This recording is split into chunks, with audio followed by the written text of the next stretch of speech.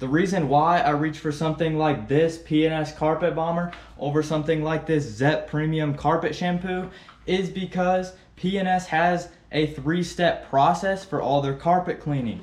This Carpet Bomber is the second step of that carpet cleaning method. This Zep, they only have 1 step. Granted, it does work for small stains, not very dirty stuff. If you have anything crazy stains, anything like that, I always hit it with the 3-step method. That's going to be your P&S Terminator, then your Carpet Bomber like I have here, then you're going to hit it with the finisher to neutralize everything. It's a really simple process. You're going to use that to get all your stains out. That's why I choose the P&S 3-step method over something like the Zep Carpet Shampoo. So the process is really easy. I'm going to show you how I do it. It just takes a couple simple steps. We're going to start here getting the mats out of the car, and then we'll throw them on the workbench, show you how it's done.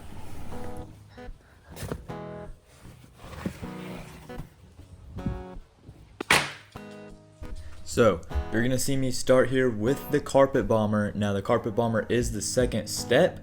We always start with the first one, which is Terminator, which is our enzyme cleaner. That enzyme cleaner, we're going to let it sit for about 10 minutes. Then we move on to this step, which is the Carpet Bomber.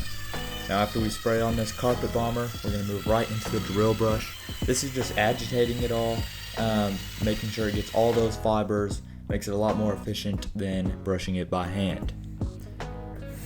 Now that we've got it all agitated in there, the cleaner's sat for about 10-15 minutes, we're going to bring out the extractor, turn it on, and just start extracting all of this nasty dirt and grime inside of this floor mat. Watch and enjoy, because this is the most satisfying part. You can just watch all that dirt and suck right out.